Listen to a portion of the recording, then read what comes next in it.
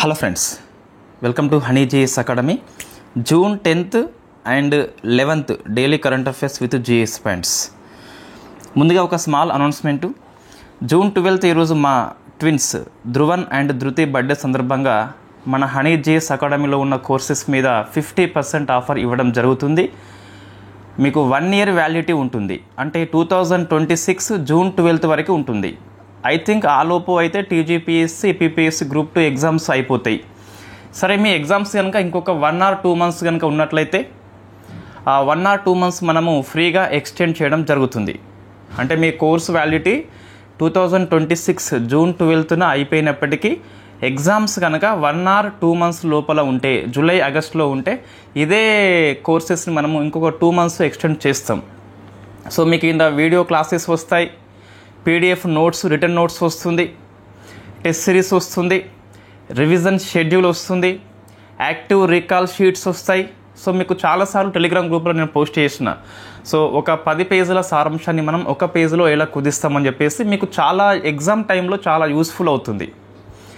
So మీకు group 2తో పాటు ఇతర పరీక్షలకు కూడా ఈ షీట్స్ బాగా పనిచేస్తాయి. గ్రూప్ 1 ప్రిలిమ్స్ కావచ్చు, లేదా గ్రూప్ 3 ఎగ్జామ్ కావచ్చు, ఎస్ఐపిసి కావచ్చు, మీరు ఏ ఎగ్జామ్ రాసినప్పటికీ సో ఈ యాక్టివ్ రీకాల్ షీట్స్ చాలా బాగా పనికొస్తాయి. తక్కువ టైం లోపల సబ్జెక్ట్ రివిజన్ చేసుకోవచ్చు. అంతకుముందు చదివిన వాళ్ళకి రివిజన్ చేసుకోవచ్చు. సో మీకు వ్యాలిడిటీ వచ్చేసి 1 year ఉంటుంది. సో ఇది ఒక్కరోజే ఆఫర్ ఉంటుంది. మీకు అవసరం అని చెప్పేసి అనిపిస్తే తీసుకోవచ్చు. మీరు ఫీడ్బ్యాక్ తీసుకోండి కోర్స్ తీసుకునే వాళ్ళ దగ్గర. Video classes, PDF notes, test series, revision series, active recall sheets, ఈ అన్నీ కలిపి ఉన్న ఏకైక యాప్ మనదని చెప్పేసి నేను గర్వంగా చెప్పగలను. సో ఆస్పిరెంట్స్ యొక్క ప్రయోజనం కోసం అని చెప్పేసి మనం అన్నీ ఇస్తున్నాం ఒకటే కోర్సు లోపల. ఇఫ్ యూ ఇంట్రెస్టెడ్ తీసుకోండి, ఇంట్రెస్ట్ లేకుంటే స్కిప్ చేయండి. సో నెక్స్ట్ మీకు ఎకనామిక్ కరెంట్ అఫైర్స్ చూస్తే ఇవన్నీ మనం జూన్ 9th కరెంట్ అఫైర్స్లో వచ్చినాయండి. సో జూన్ 11th చూస్తే ఇండియా జీడిపిని వరల్డ్ బ్యాంకు మరొకసారి అంచనా వేసింది. So world bank first report name ఏంటి అంటే గ్లోబల్ ఎకనామిక్ ప్రాస్పెక్ట్ రిపోర్ట్ అని చెప్పేసి పిలుస్తాం. దీని ప్రకారము ఫైనాన్షియల్ ఇయర్ 2025-26లో 6.3 అని చెప్పేసి, మీకు గతంలో కూడా 6.3 అని చెప్పేసి చెప్పింది. 27 ఫైనాన్షియల్ ఇయర్లో చూస్తే 6.5 అని చెప్పేసి. అయితే మీరు దీనికంటే ఇది ఎక్కువ ఫోకస్ చేయండి ఈ ఇయర్ కాబట్టి. సో మన generally world bank, UNO, IMF కానీ, ఎస్బీఐ కానీ, ఆర్బీఐ కానీ, ఆర్థిక సర్వే కానీ, సో ఇటువంటి రిపోర్ట్ ఇచ్చినప్పుడు జీడిపి యొక్క ఎస్టిమేట్స్ ఏవైతే ఉన్నాయో అవి ఎగ్జామ్లు తరచుగా వస్తున్నాయి. అంతేగాని ఈ క్రిసిలు, ఈ ఫిచ్ రేటింగ్స్, నోమురా అని చెప్పేసి, S&P అని చెప్పేసి ఇవన్నీ ఉంటాయి. I know very well, but మనం వాటిని ఇక్కడ నోట్స్ లోపల రాయము, అవి ఎగ్జామ్లో రావు అండి. కేవలం పేజీల సంఖ్య పెంచాలని చెప్పేసి ఆ పాయింట్ ఆఫ్ వ్యూలో తప్పితే ఎందుకు పనికిరాదు అవి. నెక్స్ట్ వరల్డ్ జీడిపి చూస్తే 2.3 అని చెప్పేసి, ఇది కూడా మనం గుర్తుపెట్టుకోవాలి. ప్రశ్న ఇలా వస్తుందండి. సో వరల్డ్ బ్యాంక్ యొక్క గ్లోబల్ ఎకనామిక్ ప్రాస్పెక్ట్ రిపోర్ట్ 25 ప్రకారము ఇండియా మరియు ప్రపంచ వృద్ధి రేట్లు వరుసగా అని చెప్పేసి 2 ఆప్షన్స్ ఇస్తాడు మీకు. సో 2.3, 6.3, 2.5, 6.5 అని చెప్పేసి జీడిపి వృద్ధి రేట్లు పాయింట్లలో గుర్తుపెట్టుకోవాలి. ర్యాండమ్గా 6.5 అట్లా గుర్తుపెట్టుకోవద్దు, స్పెసిఫిక్ ఫిగర్ గుర్తుపెట్టుకోవాలి. ఎందుకంటే మీకు తగ్గినా పెరిగినా ఒక 0.2, 0.3 ఇట్లా తక్కువ అవుతాయి కాబట్టి కంపల్సరీ మనము ఇక్కడ రౌండ్ ఫిగర్ కాకుండా యాక్యురేట్ ఫిగర్ గుర్తుపెట్టుకోవాలి. సో నెక్స్ట్ చూస్తే ఎకనామీలో ఎస్బీఐ రిపోర్ట్ ఇచ్చిందండి పావర్టీ మీద. మనకి పేదరికం అనేది సిలబస్లో ఉంది కాబట్టి కంపల్సరీ గుర్తుపెట్టుకోవాలి. సరే, పేదరికం మీద ఎవరు రిపోర్ట్ ఇచ్చినా అవసరం అంటే అవసరం లేదు మీకు. ఆర్బీఐ కానీ, ఎస్బీఐ కానీ, లేకుంటే యుఎన్ఓ కానీ మొన్న రిపోర్ట్ ఇచ్చింది, మనం డిస్కస్ చేసినాం ఆల్రెడీ. లేకుంటే ఆర్థిక సర్వే కానీ, ఎన్ఎస్ఓ కానీ, ఇటువంటి రిపోర్ట్ ఇచ్చినప్పుడు కొద్ది వరకు గుర్తుపెట్టుకోవాలి. సో 23rd ఇయర్లో 6.35 ఉంటే ఎక్స్ట్రీమ్ పావర్టీ, అతి పేదరికం అని చెప్పేసి పిలుస్తాం. 24 ఇయర్లో 4.6 అని చెప్పేసి ఉంది. సో కంపల్సరీ గుర్తుపెట్టుకోవాలి. ఇదైతే మనకు మొన్న యుఎన్ఓ అని చెప్పేసి వరల్డ్ బ్యాంక్ రిపోర్ట్ ఇచ్చింది. మొన్న వరల్డ్ బ్యాంక్ రిపోర్ట్ ఇచ్చింది, ప్రపంచ బ్యాంక్ యొక్క పేదరికం నివేదిక అని చెప్పేసి. సో నిర్వచనాన్ని మార్చింది. అంతకుముందు $2.15 పర్ డే ఉంటే దీన్ని $3 పర్ డేకి మార్చింది. సో కాబట్టి ఇవన్నీ పేదరికంలో వచ్చినటువంటి అప్డేట్స్ అండి, కంపల్సరీ అవసరమే. నెక్స్ట్ బర్త్ అండ్ డెత్ మీద so ministry of home affairs కింద పనిచేసే సంస్థ రిపోర్ట్ ఇచ్చింది కాబట్టి అవసరం మనకి. ఇండియాలో ప్రతి 1000 మంది బాలురకి 907 బాలికలు పుట్టారు. సో 907 అని చెప్పేసి పిలుస్తాం.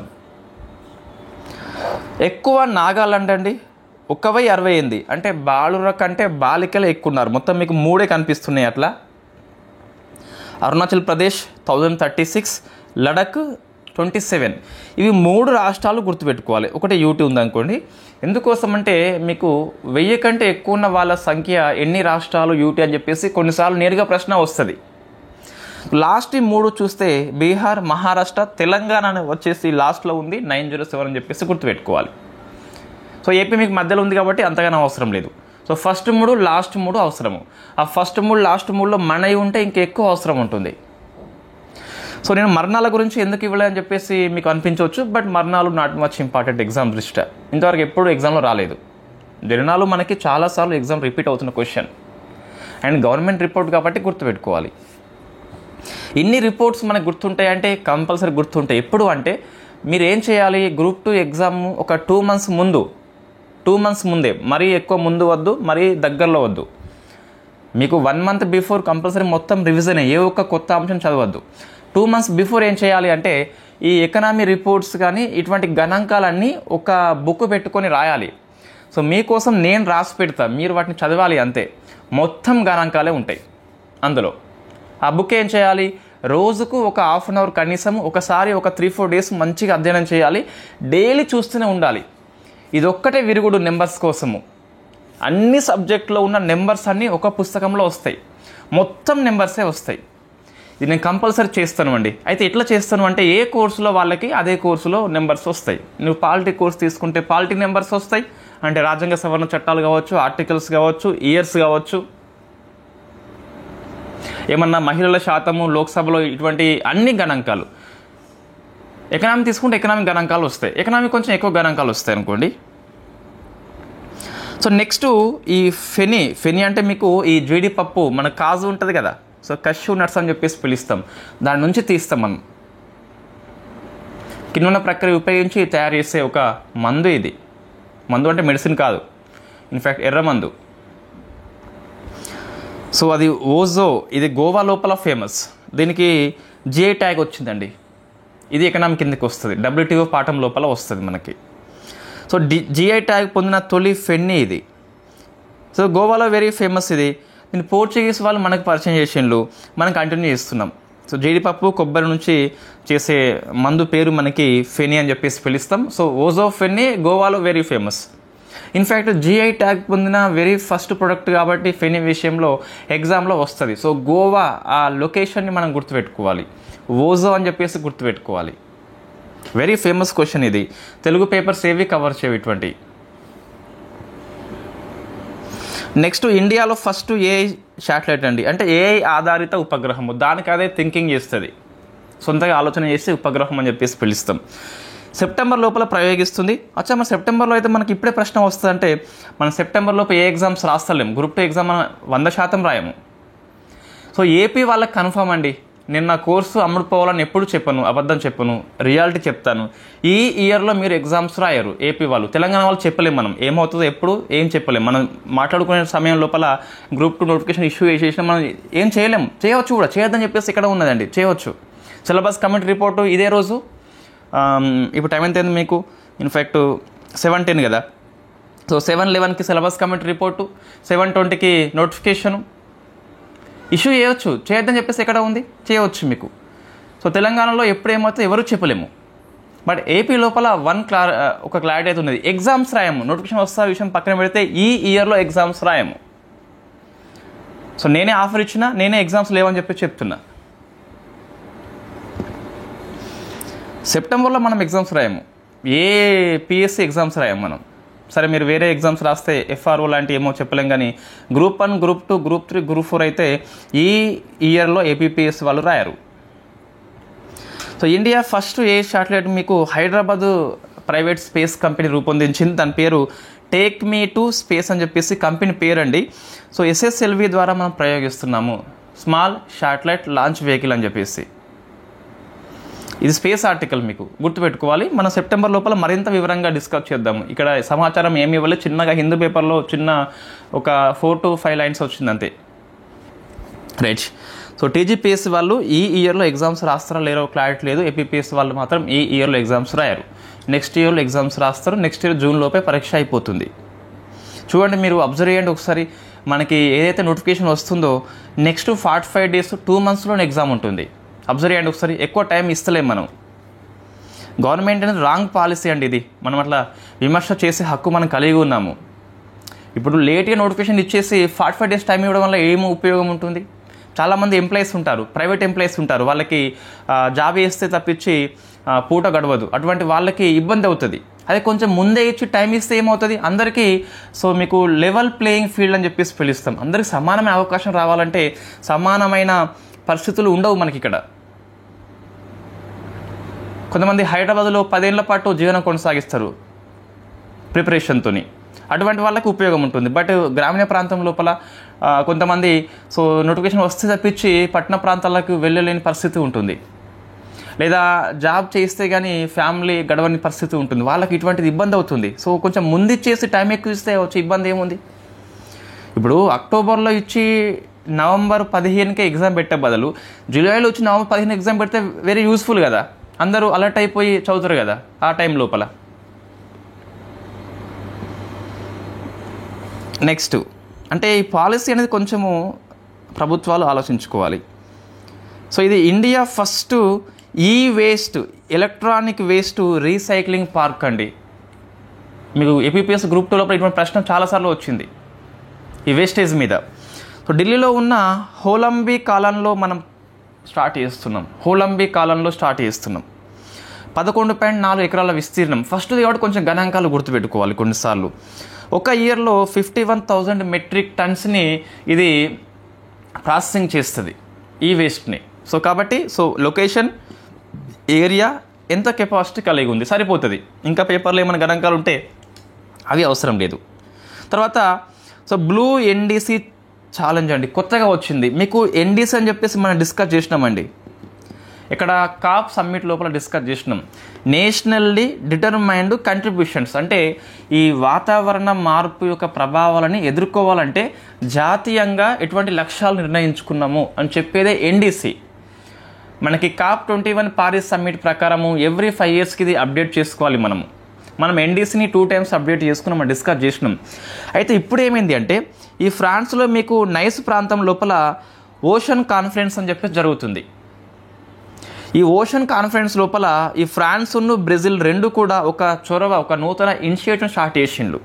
అదే బ్లూ ఎన్డీసీ ఛాలెంజ్. అంటే తమ యొక్క జాతీయ లక్ష్యాల లోపల ఈ సముద్ర, బ్లూ మీన్స్ సముద్రం అని చెప్పేసి వస్తుంది, మీకు సముద్ర రక్షణ చర్యలు కలపాలని చెప్పేసి ఇది స్టార్ట్ చేసినాం. ఏంటి మన ఎన్డీసీ ఏంటి? Nationally determined contributions. వాతావరణ మార్పుల ప్రభావాలను ఎదుర్కోవాలంటే జాతీయంగా ఎటువంటి లక్ష్యాలు నువ్వు నిర్దేశించుకున్నావో కాప్కి మనము సబ్మిట్ చేయాలి. అయితే ఇందులో కొత్తగా మీకు బ్లూ అని చెప్పేసి పదం యాడ్ అయింది, అంటే సముద్ర రక్షణ చర్యలు అని చెప్పేసి పిలుస్తాం. సో దీన్ని కాప్ 30 అంటే మీకు బెలెమ్ హోస్ట్ చేస్తుంది బ్రెజిల్ అని చెప్పేసి. సో ఈ సమ్మిట్ నాటికి ఈ సముద్ర రక్షణకి ఏం చర్యలు తీసుకుంటున్నావో అందరూ బ్లూ ఎన్డీసీ లోపల సబ్మిట్ చేయాలని చెప్పేసి ఈ చొరవ. అయితే దీన్ని 6 దేశాలు ఆమోదించినాయండి. 2 కంట్రీస్ స్టార్ట్ చేసినాయి, అవి 2 గుర్తుపెట్టుకోవాలి, బ్రెజిల్, ఫ్రాన్స్ అని చెప్పేసి. ఈ 6 దేశాల పేర్లు ఆప్షనల్, మీ ఇష్టం, బట్ ఒకసారి మైండ్లో పెట్టుకోవాలి. Australia, Fiji, Kenya, Mexico, Palau, Seychelles ఇవి ఆమోదించిన, అంటే ఇవి కూడా కాప్ 30 నాటికి బెలెమ్ సమ్మిట్ నాటికి తమ యొక్క బ్లూ ఎన్డీసీని సబ్మిట్ చేస్తాయి. ఇండియా ఆమోదించలేదు ఇంకా. సో వెరీ ఫేమస్ ఇనిషియేటివ్ అండి. తెలుగు పేపర్లో రానంత మాత్రాన అది ఇంపార్టెంట్ అని చెప్పేసి అనుకోవద్దు, it is important. Next leopard capital of India అని చెప్పేసి. సో మీకు చిరుతపులి విషయం లోపల ముంబై ఎక్కువ నగరము, ప్రాంతము, అంటే చుట్టుపక్కల ఎక్కువ ఉంటాయి. దీన్ని అధిగమించి బెంగళూరు వచ్చిందండి. సో లియోపార్డ్ క్యాపిటల్ ఆఫ్ ఇండియాగా ముంబైని అధిగమించి బెంగళూరు వచ్చింది కాబట్టి ఒకసారి దీన్ని మనం అప్డేట్ చేసుకోవాలి. సో నెక్స్ట్ చూస్తే ఇంటర్నేషనల్ అఫేర్స్ అండి. యుఎన్ఓ 2026 ఇయర్ని international year of women farmers అని చెప్పేసి ప్రకటించింది. అంటే మహిళా రైతుల ఇయర్ అని చెప్పేసి ప్రకటించింది. ఉమెన్ కాబట్టి ఎగ్జామ్లో కంపల్సరీ వస్తుంది. 25 ఇయర్ని ఏమని ప్రకటించింది? ఇది మీరు ఆన్సర్ చేసే ప్రయత్నం చేయండి. నెక్స్ట్ నియామకాలండి. సో కత్రినా కైఫ్ జూన్ 11 నియామకం. ఇది మల్దీవుల దేశం యొక్క ప్రపంచ పర్యాటక రాయబారిగా ఎన్నికైంది. అంటే ఆమె రాయబారిగా ఉన్నట్లయితే కొంతమంది వస్తారని చెప్పేసి వాళ్ళ యొక్క ఉద్దేశం కావచ్చు మేబీ, అంతేగా మీకు. సో ఒక అంబాసిడర్ని పెట్టుకున్నామంటే వాళ్ళు ఉన్నారు కాబట్టి వాళ్ళని చూసైనా వస్తారని చెప్పేసి కాన్సెప్ట్, అంతే రియల్గా చెప్పాలంటే. ఇప్పుడు మహేష్ బాబు థమ్స్అప్కి యాడ్ చేస్తాడు. ఎందుకు? అరే మహేష్ బాబు థమ్స్అప్ తాగి కుండలెక్కిండు గుట్టలెక్కిండు అని చెప్పేసి మనం తాగుతామని చెప్పేసి వాళ్ళ యొక్క ఆశ.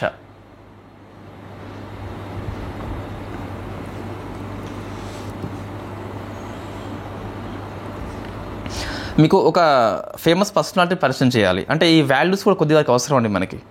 సో క్రిస్టియానా రొనాల్డో, ఒకసారి ఈయన యొక్క స్టోరీ చూడండి. మీకు ఎప్పుడైనా డిమోటివ్ అయినప్పుడు యూట్యూబ్ లోపల క్రిస్టియానా రొనాల్డో మోటివ్ వర్డ్స్ అని చెప్పేసి కొట్టండి, చాలా వస్తాయి.